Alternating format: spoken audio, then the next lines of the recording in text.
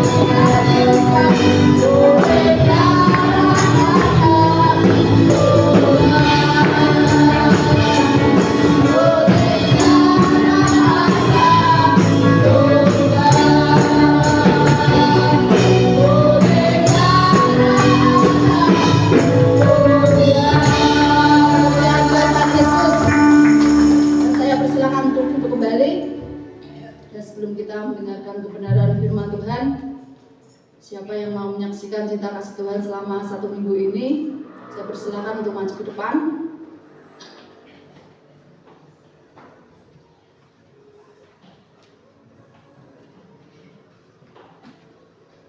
Dan kalau belum ada, kita angkat satu pujian, pribadi yang mengenal hatiku.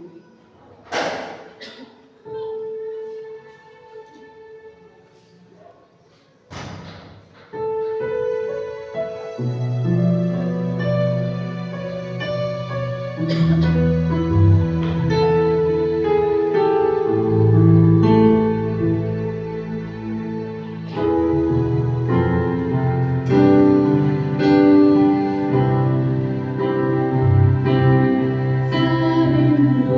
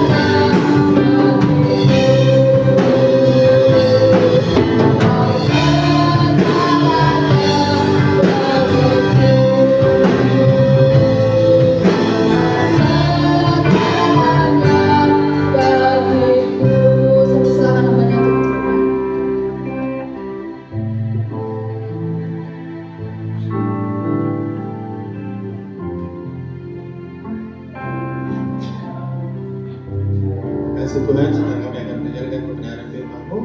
Berfirmanlah di tengah kami, hamba-Mu dengan semua keterbatasan yang ada, untuk menyerahkan misalnya pemberitaan firman-Mu di dalam nama Tuhan Yesus. Amin. Selamat pagi, silakan duduk. Terima kasih buat teman-teman yang sudah melayani pagi hari ini.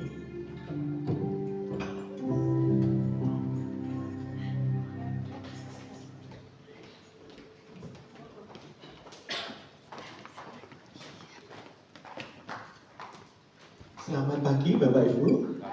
Sehat-sehat ya.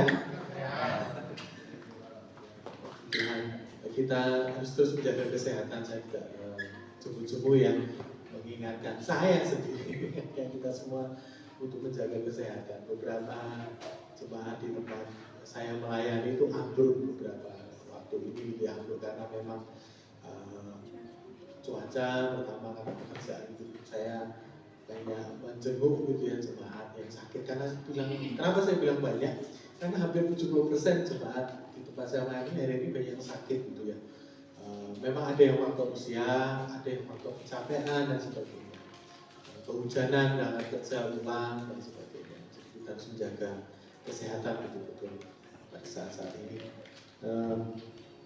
Saya diberikan tema oleh gereja di tempat ini, judulnya adalah kuasa, keseharian dan kesatuan dalam melayani Tuhan. Apakah bisa dibaca dengan jelas sampai di belakang? Kalau tidak nanti kita akan perlahan-lahan ya Bapak Ibu. Oke, judulnya adalah kuasa, keseharian dan kesatuan dalam melayani Tuhan. Saya mendapatkan ayat dari tempat ini, Matius 8 ayat 18 sampai yang ke-20. Terima kasih. Apakah saya terdengar sampai di belakang suaranya? Nah ya, kita akan gimana? Oh, buat Opa. Kurang keras Opa? Oke. Ya, kita akan membuka Matius 18 ayat 18 sampai 20. Saya pikir ini terdengar dengan cukup baik. Kita buka dulu sebelum kita akan masuk ke dalam beberapa hal yang kita akan sama-sama. Saya juga belajar Matius 18 ayat 18 sampai yang ke-20. Ya, kita akan baca. Sudah ditampilkan di sini. Ada yang membawa mungkin Alkitab atau bisa dibaca di HP, bisa baca bersama-sama dalam hitungan 3. 1, 2, 3. Aku berkata kepadamu, sesungguhnya apa yang kamu ikat di dunia ini akan terikat di surga, dan apa yang kamu lepaskan di dunia ini akan terlepas di surga. Lanjut. Dan lagi aku berkata kepadamu, jika 2 orang daripadamu di dunia ini sepakat meminta apapun juga, permintaan mereka itu akan dikabulkan oleh Bapa-Ku yang di surga. Terakhir 20, 1, 2, 3. Sebab di mana 2 atau 3 orang berkumpul dalam namaku, di situ aku ada di tengah-tengah mereka. Ya, bisa ditampilkan lagi slide-nya Mbak Wahyu, terima kasih. Oke. Ya, kembali ke judul dulu. Untuk mencapai ini mudah atau tidak Bapak Ibu? Kuasa, keseharian dan kesatuan mudah atau tidak? Ini proses yang akan terjadi sepanjang seumur hidup kita. Mau tidak mau ketika kita bersinggungan dengan orang lain, ketika kita bertemu dengan orang lain, pasti suatu saat ada hal yang tidak mengenakkan hati kita. Makanya saya bilang, untuk mencapai yang tadi itu, 2-3 orang berkumpul dalam namaku, gitu ya. Sampai apa saja yang diminta Tuhan mengabulkan, itu nggak mudah.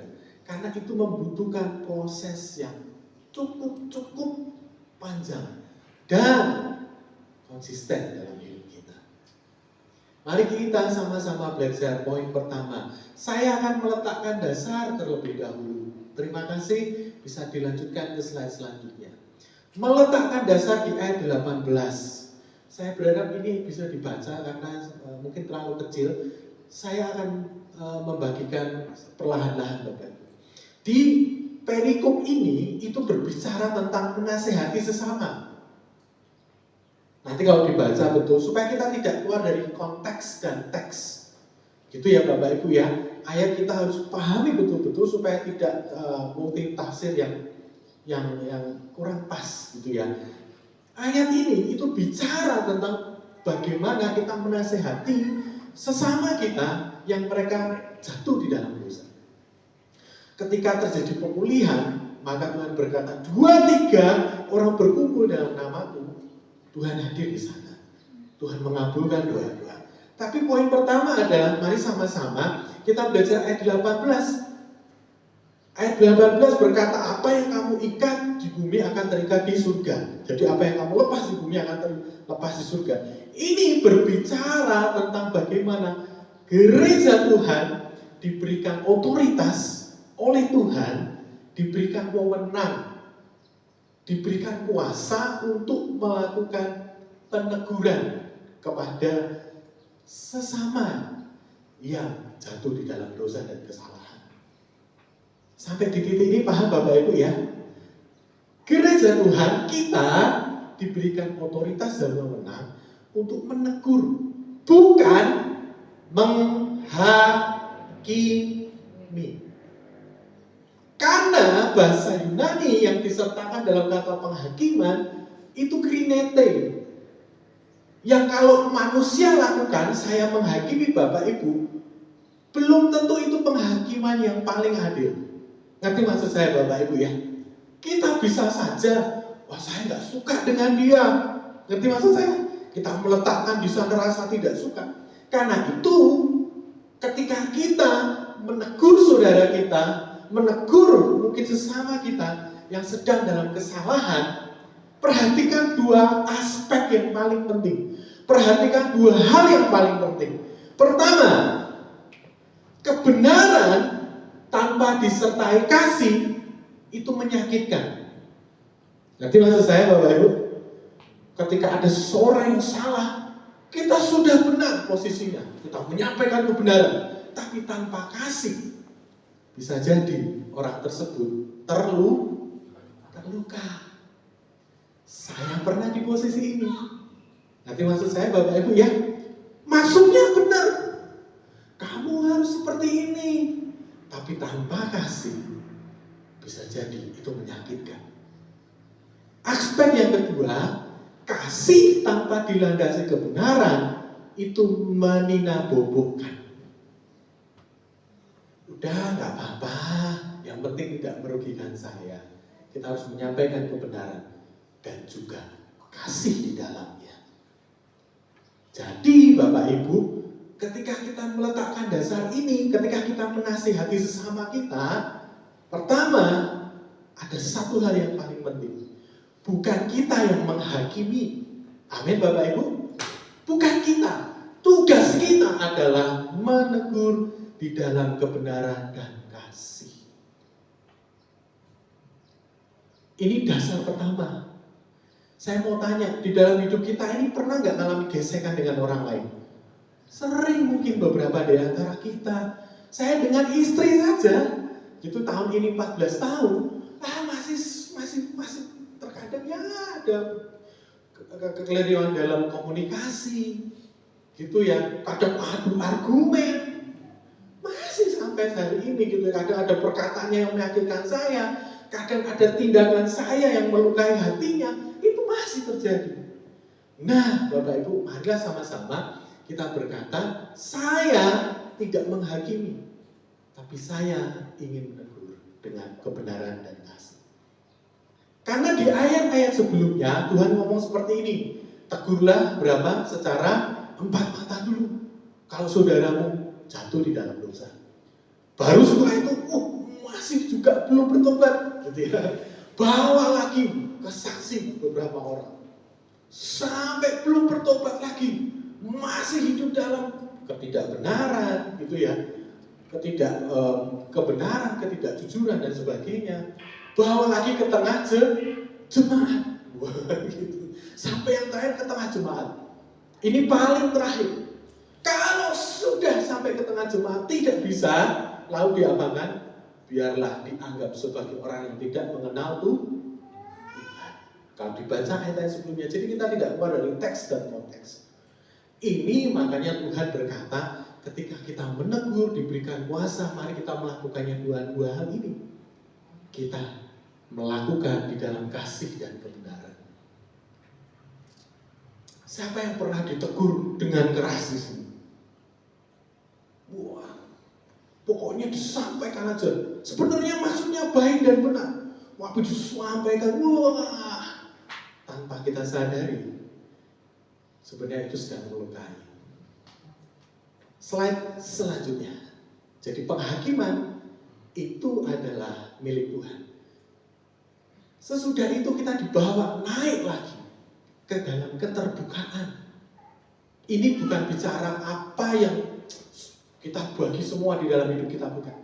Keterbukaan adalah sikap di mana kita mempercayakan diri kita kepada orang lain. Mengerti maksud saya Bapak Ibu ya? Ada teman untuk bisa berbagi. Nah, di dalam keterbukaan ini akan membawa pertobatan bagi yang ditegur. Ngerti maksud saya Bapak Ibu ya? Tadi konteksnya menasihati sesama yang lagi berdosa ini. Ketika ada keterbukaan, maka ada pemulihan dan pertobatan. Amin. Tapi juga firman Tuhan itu dua arah. Ketika kita menegur, sebenarnya kita sedang ditumbuhkan oleh Tuhan kepekaan akan dosa dan kesalahan yang bagi yang menegur. Kita akan semakin, oh iya, saya bisa belajar dari peristiwa ini. Saya tidak boleh jatuh di dalam peristiwa ini juga. Amin Bapak Ibu. Jadi bagi yang ditegur, itu membawa pertobatan, pemulihan, sambil terus didoakan. Tapi bagi yang menegur, nuraninya akan semakin peka, hatinya akan semakin peka. Mengerti maksud saya Bapak Ibu ya? Nuraninya akan semakin peka, hatinya, oh iya, saya ini, perhatikan baik-baik, bukan siapa yang menang ketika menegur dan ditegur. Amin? Bukan siapa yang menang. Seringkali kalau sudah menegur, saya jauh lebih baik daripada dia. Bukan seperti itu. Ketika ditegur, sebenarnya ini dua arah. Saya pun tidak boleh melakukan hal yang sama. Ini dua arah. Bukan siapa yang menang. Pernah adu argumen Bapak Ibu? Pernah adu argumen ya? Waduh, beda pendapat sampai gontok-gontokan. Apa sih yang dicari? Sebenarnya kan yang dicari kesehatian dan kesatuan tadi ya. Gitu ya. Tapi ini bukan siapa yang menang. Dua-duanya akan mengalami pertumbuhan di sana kalau punya respon yang benar. Pertama yang harus diletakkan adalah keterbukaan. Ketika kita mau menuju kepada kesatuan dan kesehatian. Bukan apa-apa kita bagi, cerita apa, bukan. Tapi kita mempercayakan, oh ini loh. Saya ini lagi bergumul dalam hal ini. Saya pengen sekali supaya saya bisa didoakan. Tujuannya apa? Kita bertumbuh dalam pertumbuhan rohani yang sehat. Katakan sehat. Karena sehat itu penting. Benar nggak Bapak Ibu ya? Ketika kita mau dikoreksi, ketika kita mau saling mengoreksi, maka sebenarnya kita ini sedang dibersihkan satu dengan yang lain. Sama seperti tumbuhan. Kalau ada hal yang tidak berguna, itu biasanya dicungkil. Berarti maksud saya, dibersihkan supaya mengalami kesehatan pertumbuhannya. Yang kedua, kita semakin diperkuat di dalam komunitas gereja. Ketika kita mengalami keterbukaan satu dengan yang lain, kita semakin erat hubungannya. Amin. Semakin erat hubungannya. Dasarnya apa? Kebenaran dan kasih tadi. Ketika menegur, menyampaikan sesuatu, ada kebenaran firman Tuhan, tapi ada kasih Tuhan di sana. Maka lahirlah keterbukaan. Tujuannya apa? Kita mengalami kebersihan rohani. Hati kita semakin bersih.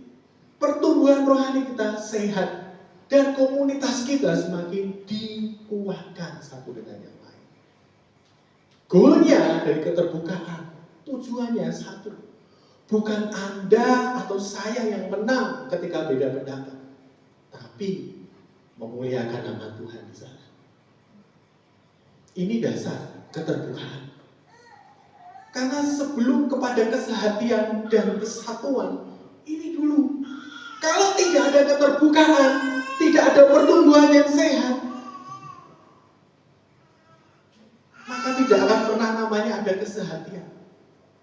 Mengerti maksud saya Bapak Ibu ya?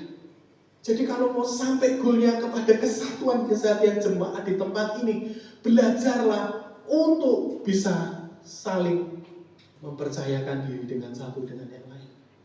Keterbukaan. Saya sedang mengalami ini, tolong doakan saya.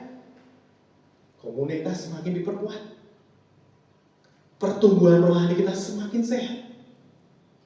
Tolong, saya sedang bergumul, saya punya beban yang berat. Saya sedang jatuh dalam dosa ini. Kebenaran dan kasih disampaikan. Ayo, kita bisa bangkit lagi bersama-sama.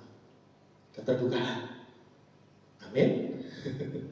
Keterbukaan satu dengan yang lain. Bukan apa-apa kita bagi. Maksudnya, waduh, yang kalau memang betul-betul rahasia, kita mungkin ya. Tapi kalau nanti pada saatnya, oh ya, saya sudah betul-betul bisa mempercayai orang ini, mungkin kita akan bagi hidup kita seluruhnya. Tapi proses itu, sekali lagi saya katakan, ini proses. Menumbuhkan keterbukaan di tengah-tengah komunitas gereja Tuhan di tempat ini. Lanjut. Kesepakatan. Nah ini dia. Kesehatian dan kesatuan.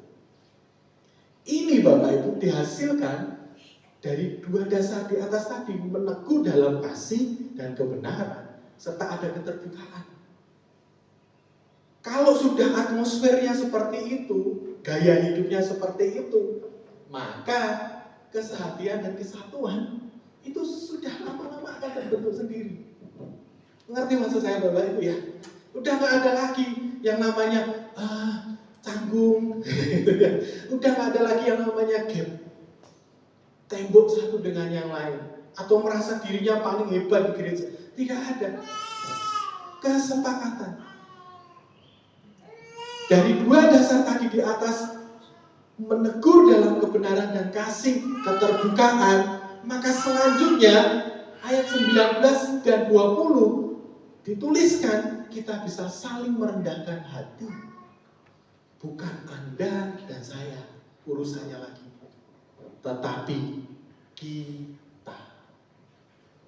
Di gereja bukan hanya lagi pelayananmu, pelayananku, tapi tentang kita melayani Tuhan. Amin. Itu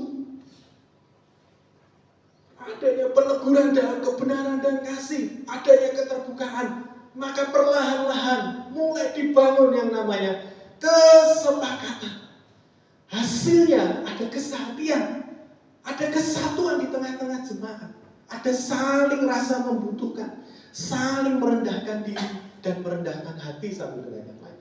Ini bukan perkara kamu dan aku lagi, tapi perkara kita benar di hadapan Tuhan, perkara kita melayani Tuhan yang hidup.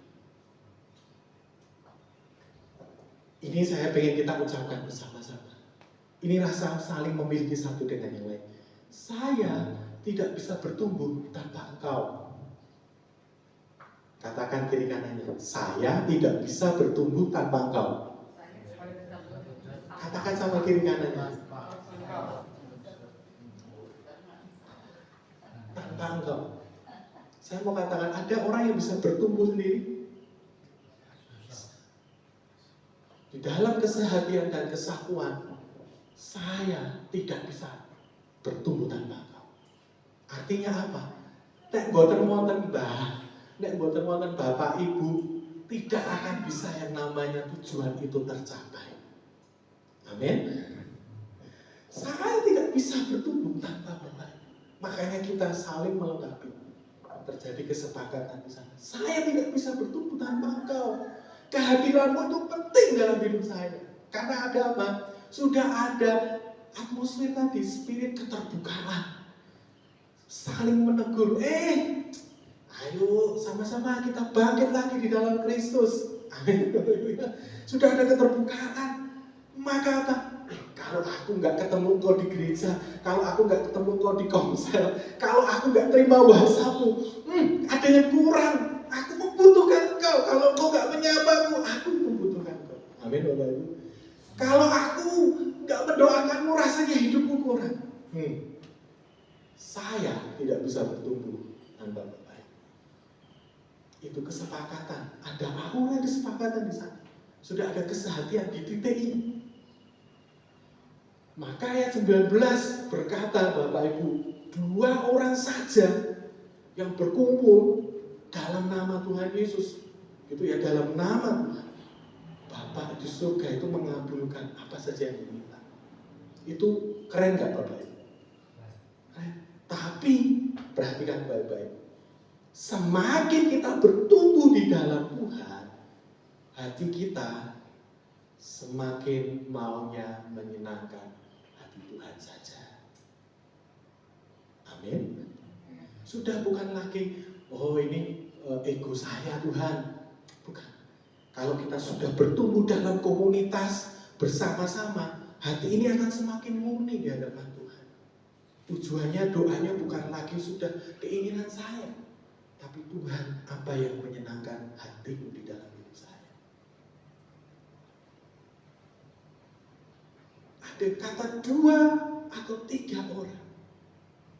Kalau sendirian itu perkumpulan atau kesendirian, saya mau tanya. Rasanya susah ya. Kalau sendiri itu perkumpulan enggak Bapak Ibu? Enggak. Karena sendiri. Doa sendiri. Lakukan apa-apa sendiri. Tapi perhatikan baik-baik. Perhatikan kata-kata 2 orang dan atau 2 atau 3 orang. Ini adalah jumlah angka terkecil dari sebuah perkumpulan. Tuhan itu bukan, gini Bapak Ibu, ini bahasa saya supaya tidak salah. Tuhan itu menghargai sedikit saja jumlah. 2-3 orang berkumpul saja. Kalau itu terjadi kesepakatan, kebenaran, dan kasih di dalamnya, Tuhan itu ada di pagi hari ini. Ada berapa orang? Lebih dari 2-3 orang. Benar nggak Bapak Ibu? Jumlah yang terkecil saja, kita mencatat. Kalau terjadi keseharian, keterbukaan, ada menegur satu dengan yang lain, saling merendahkan hati, saling membutuhkan, ada kemurnian hati di sana. 2-3 orang saja Tuhan hadir di sana. Tuhan mengabulkan doa-doa kita. Jadi bukan banyak atau sedikitnya jumlah, Tuhan itu bergerak atas doa-doa kita. Tapi adanya kesepakatan yang lahir karena keterbukaan, kerendahan hati, saling melayani, saling menegur di dalam kebenaran dan kasih. Mau 2 orang, tapi kalau sepakat hatinya ingin menyenangkan hati Tuhan, sepakat hatinya ada kebenaran dan kasih, Tuhan ada di situ. Amin. Suami istri 2 orang, ya 2 orang ya, istri kan gak mungkin 2 orang, suami dan istri ngalami ada yang hebat, ngalami hal yang susah. Kalau artinya sepakat, Tuhan aku percaya bulan ini Tuhan pelihara. Ada kuasa di sana. Amin. Mas Daniel ngomong gampang. Saya sedikit saksikan. Bulan Januari itu bulan yang cukup menguras perekonomian saya dengan istri. Saya masuk bulan Januari dengan banyak. Pertama Bapak Ibu, saya berdoa Tuhan awal tahun saya dengan istri minta beberapa pekerjaan itu tambahan karena memang harus ada yang dibayar. Saya sepakat dengan istri. Sepakat dengan istri. Tuhan, pokoknya kami minta pekerjaan-pekerjaan baru. Sepertinya memaksa Tuhan. Tapi kami tahu betul nominal berapa yang kami harus keluarkan. Kebutuhan berapa yang kami harus keluarkan. Termasuk registrasi anak saya yang paling gede di Satya Wacana gitu ya. Adik saya itu ya. Wah sudah anak saya. Itu harus keluarkan. Waduh, oke. Berjalan waktu sampai beberapa pembangunan saya stop dulu gitu ya. Istri saya cerita kepada saya sebelum masuk ke slide selanjutnya, Pak, saya itu diuji Tuhan. Perhatikan dulu, saya itu diuji Tuhan. Saya sebenarnya bisa angka nominal ini tidak saya masukkan ke tempat saya kerja. Gede Bapak Ibu, gede banget. Karena orang nggak ada yang tahu. Saya tanya sama engkau, dia ngetes saya. Dia tes saya. Ini kalau engkau jadi aku gimana? Gak ada yang bakal tahu. Kita bisa jalan-jalan.